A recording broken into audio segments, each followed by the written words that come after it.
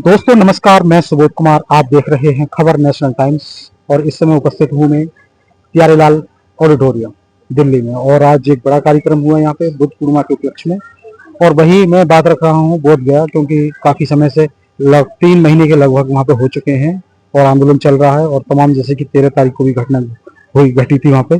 तो मुझे बताइए कि भंते जी, जैसे कि आंदोलन तो पुराना है, मतलब काफ़ी समय से चल रहा है, लेकिन जो दोबारा शुरुआत की गई जैसे आकाश लामा जी के नेतृत्व में तमाम भंते जी के द्वारा, तो सबसे पहले क्या कहेंगे जो जिस तरह की घटना वहां घटित हुई 13 तारीख को, मतलब बुद्ध पूर्णिमा के बाद से घटना घटित हुई, उस पर क्या कहें? पहले तो जो वहाँ घटना घटित हुई बहुत संवेदनशील है वो, और उसकी हम निंदा करते हैं जी।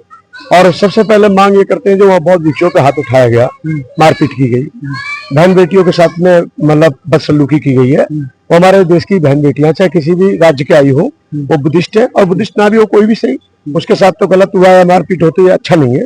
यात्रियों के साथ वैसे भी इंसान को अच्छा व्यवहार करना चाहिए। उन लोगों ने वो भी लज्जा उतार कर रख दी। और लेकिन आप भी जानते हैं कि पागल लोगों का कोई मतलब इलाका और धर्म और घर नहीं होता है, वो चाहे जब क्या पागलपन कर बैठेंगे इसका कोई अंदाजा नहीं है। तो यहाँ पर ये हुआ कि जैसे बुद्ध जयंती जब मनाई गई, तो ये जो आंदोलन चल रहा है, आंदोलन तो बहुत पहले से चल रहा है। इसका नेतृत्व भदंत आनंद महाथेरो जी के कुशल सानिध्य में हुआ है बहुत पहले से। और 92 में 93 में जब आंदोलन शुरू किया गया था, तो भदंत आनंद महाथेरो जी, भदंत प्रज्ञाशील जी और भदंत करुणाकर महाथेरो जी और भदंत सुरेश साई नागर सुरेश जी और भदंत प्रज्ञाशील, ये 4-5 ऐसे चेहरे थे कि जिन्होंने बड़ा काम किया। और काम करने के साथ साथ पूरा देश में एक भूचाल आया और सभी एक मत होकर के यहाँ आंदोलन चला 18 महीने और बड़े बड़े कार्यक्रम हुए। और उस आंदोलन की देन ये थी कि बहुत सारे बदलाव उसमें हुए।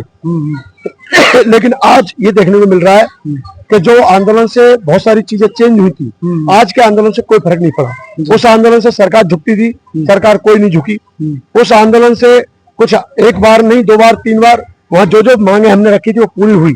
जैसे पहली बार अम्बेडकर राइट बौद्ध भिक्षुओं का कमेटी में पहुंचना एक बार, उसके साथ वहां पे निर्माण कार्य होना, रेस्ट हाउस बनाना, सर्किट हाउस बनाना, और इतना ही नहीं 25 कमरों का निर्माण करना, रिसेप्शन बनाना, कर्मचारी नियुक्त करना, सुरक्षा बढ़वाना, बहुत सारे काम जो हुए अम्बेडकर राइट भिक्षुओं के नेतृत्व में हुए।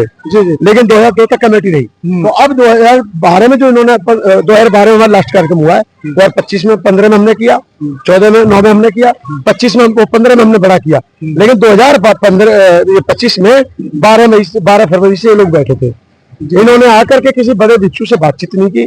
कुछ लोगों ने बोला कि हम मिलना चाह रहे हैं, लेकिन वो बातचीत तो नहीं हो पाई और इन्होंने आंदोलन तो करना शुरू कर दिया, लेकिन किसी वरिष्ठ भिक्षु का राय मशवरा नहीं लिया। जी, मुझे अब एक चीज बताइए कि जिस तरह से आप कह रहे हैं कि इस आंदोलन से सरकार नहीं झुकी है, इतना फर्क नहीं पड़ा, लेकिन जैसे कि पहले भी कहा जा चुका है, और जो भंते जी के साथ जिस तरह का व्यवहार किया गया, मारपीट की गई, पहले भी कहा गया, क्या जो फिर से वही समय आ रहा है जैसे जिस तरह से पुष्यमित्र शुंग के समय में भिक्षुओं के साथ जो किया गया, क्या फिर से वही आ जाएगा क्या? मतलब जिस तरह से बर्बरता की गई। देखिए, बर्बरता जो की गई है 2 चीजें हैं। पहली बात तो बुद्ध मुक्ति आंदोलन जो चल रहा है और जो हमें एक्ट की संशोधन मांग जो कर रहे हैं, वो हम सरकार से मांग रहे हैं। सरकार को एक्ट करना है चेंज, ना कि किसी ब्राह्मण को या किसी हिंदू को। हमने क्या काम किया, उनको उल्टा सीधा बोल करके हमने अपनी जनता को दुश्मन बना दिया। ऐसा नहीं बनाया, ऐसा नहीं होता है। हमारे आंदोलन जो भी थे, उस आंदोलन में मुस्लिम भाइयों ने साथ दिया, सभी ने साथ दिया, सभी जाति के लोगों ने साथ दिया। और जब अच्छा आंदोलन होता है तो हर व्यक्ति कहीं ना कहीं जुड़ने को तैयार हो जाता है। जब हम पर्टिकुलरली एक जाति को गाली देंगे या एक जाति को ही हम पूरी तरह से टारगेट करेंगे, तो कहीं ना कहीं उसका खामियाजा लोगों को भुगतना पड़ता है। और यही हुआ है। इन्होंने वहां पे ये किया कि हिंदुओं ने घेर लिया, वो घेर लिया, वो घेर लिया। ऐसी हमें भाषा नहीं है हमारे लिए।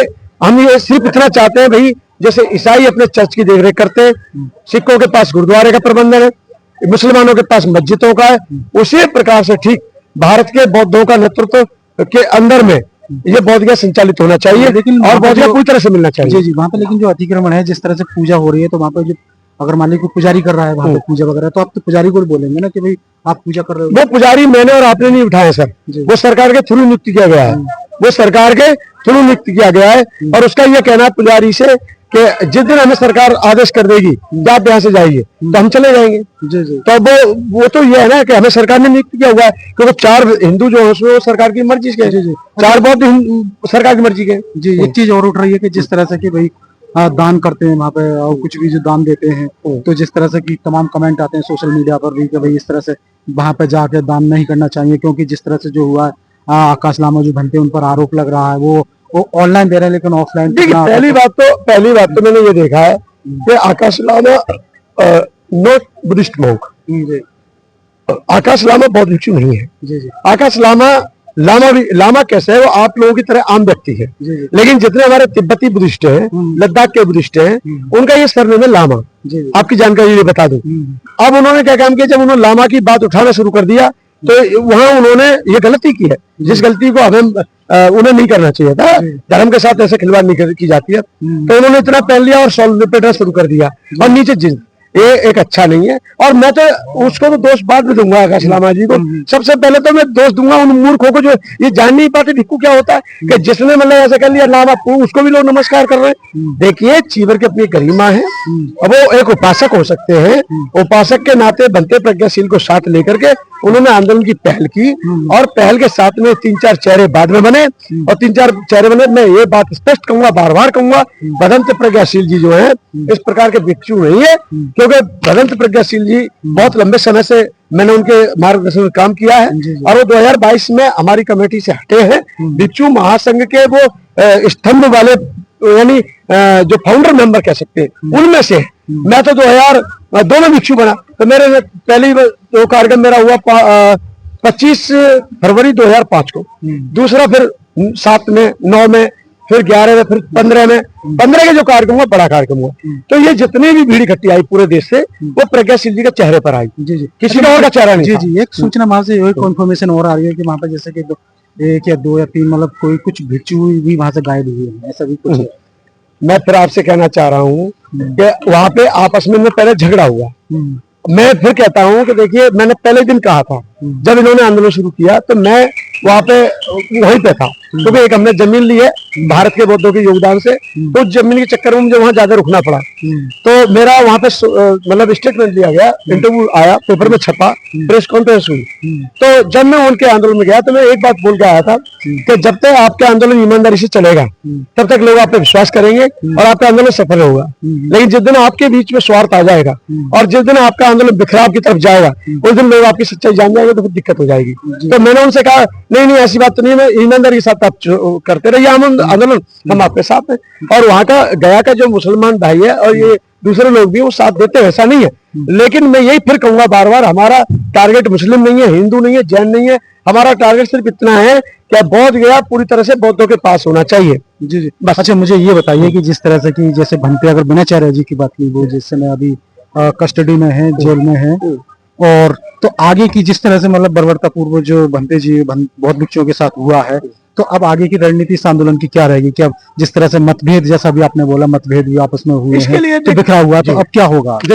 इसके लिए हम एक बात करेंगे, अभी हमारे राष्ट्रीय अध्यक्ष को आने दीजिए, अभी हम उनसे बैठ करके वार्ता करेंगे और इस पर जो हुआ है, जो इसके खिलाफ हुआ है, बिनाचार्य के खिलाफ हुआ है, और इसमें केके राहुल उसके खिलाफ हुआ है, और एक और है 2-4 भिक्षु हैं तो उनके खिलाफ हुआ है। तो पहली बात तो हम उसकी तो निंदा करेंगे कि भाई भिक्षुओं को अरेस्ट नहीं करना चाहिए, भिक्षुओं के खिलाफ FIR नहीं होनी चाहिए।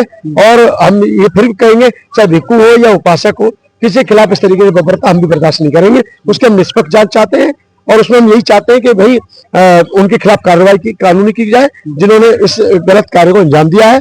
और हमने ये मांग DM साहब से भी की है और हमने वहां प्रेस कॉन्फ्रेंस की थी, और फिर से हम कल अपने द्वार पर करेंगे। और हम भंते आनंद जी के आने के बाद कोई रणनीति बना करके इसको, पुराना जो आंदोलन था भिक्षु महासंघ के तत्वाधान में जो पहले से चल रहा था और लंबा चला था, ये बात जान करके बड़ा हर्ष होगा कि उस आंदोलन में हजारों की तादाद में भाग लेते थे लोग, लेकिन किसी प्रकार की ऐसी कोई अनहोनी नहीं हुई और कभी इस प्रकार से घटना घटित नहीं हुई। लेकिन आंदोलन तो फिर से जैसे कि अभी तमाम आ रही है कि आकाश लामा जी के नेतृत्व तो फिर से आंदोलन शुरू हो रहा है। नहीं, उनके बारे में देखिए, पहली बात तो इन्होंने जो आंदोलन शुरू किया सर, ये भारत के जिम्मेदार जो भिक्षु थे पहले, उनकी मर्जी के बिना किया है, ये किसी से सलाह मशवरा नहीं लिया है। और इसमें कुछ आपस में इनका ये भी मतभेद है कि एक तरफ बोधगया में जा रहे हैं लोग और एक तरफ बीजेपी कार्यालय में जा रहे हैं लोग, एक तरफ वहां जा रहे हैं मिलने और एक तरफ जो है किरण रिजिजू से मुलाकात की जा रही है। तो दो चीजें यार, आप सच बोलो भैया, आप बुद्धिस्ट हम उपासक है, चाहे इनमें कोई भी हो सकता है, मैं नाम नहीं लेना चाहूंगा, इनमें आपसी मतभेद है, इनमें आपसी मतभेद है। और हम जहाँ कार्यक्रम करते थे वो एक संस्था के थ्रू होता था, बुद्ध शांति मिशन ट्रस्ट ऑफ इंडिया उसकी व्यवस्था तक करता था, या फिर कभी कभी भिक्षु महासंघ करता था, और उसी के संस्था के थ्रू दान आता था, उसी में खर्च होता था, कोई दिक्कत नहीं आती थी। अब क्या कहेंगे जो जितने बुद्ध तमाम जो पूरे देश के बुद्ध उपासक हैं, उपासिकाएं हैं और तमाम युवा साथी हैं, तो उनके लिए अब हाँ बोध गया आंदोलन को लेकर और जैसे कि बुद्ध पूर्णिमा भी गई है, तो उन तमाम चीजों को लेकर क्या संदेश देना चाहते हैं, कि किस तरह का मैसेज दें? भारत के बौद्धों से मेरा एक निवेदन है और अपील भी करता हूं, किसी की भावनाओं में बहने के लिए बहना बंद कर दो, सच्चाई जाने बिना आगे मत बढ़ो, सच्चाई जाने बिना सहयोग मत करो, और सच्चाई जानकर ही सहयोग करो, और वास्तविकता को जानकर साथ खड़े हो जाओ, साथ दीजिए। ये बात सही है, अब सब कहेंगे कि शुरू में सब ऐसे ही करते हैं, तो मैं ये कहना चाहता हूं इसके बाद भी कि आंदोलन जब भी होगा इसके लिए अब उनसे ये पूछे तुम्हारे पुराने आंदोलनकारी कहाँ हैं, जिन्होंने पहले 2015 में किया, 2005 में किया, 1993 में किया, जो कमेटी रही उसके सारे भिक्षु अभी जिंदे हैं, सारे दानदाता जिंदे हैं, और आपने उन्हीं को इग्नोर करते हुए अपना दुकान खोलना शुरू कर दिया। ये शब्द अच्छा नहीं है, दुकान वाला या फिर कोई और भी शब्द है, ये भी अच्छा नहीं है। मैं इस मामले में मैं यही कहता हूँ, मैं यही कहूंगा भारत के बौद्धों से धैर्य बनाए रखें, इस आंदोलन को पुनः हम जीवित करेंगे और बड़े पैमाने पर। तो मैं यही अपील करूंगा कि भारत के बौद्ध धैर्य बनाए रखें। इसके लिए बहुत जल्दी ही प्रेस कॉन्फ्रेंस के माध्यम से हम एक रणनीति तैयार करके और पूज्य भगवंत आनंद महाथेरो जी के खुश नेतृत्व में दिल्ली की जनता, महाराष्ट्र की जनता, देश की जनता को साथ लेकर इस आंदोलन को अच्छा प्रारूप देंगे। यही मैं कहना चाह रहा हूं कि आप सभी धैर्य बनाए रखें, सब अच्छा होगा। आने वाले समय में दूध का दूध, पानी का पानी हो जाएगा। जो लोग गलत है वो भी नजर आएंगे, जो सही है वो भी नजर आएंगे। जी जी जी, बहुत बहुत धन्यवाद आपका। तो देखिएगा, शांति बनाए रखें और यही अपील की जा रही है। मैं सुबोध कुमार, खबर नेशनल टाइम्स, बहुत बहुत धन्यवाद।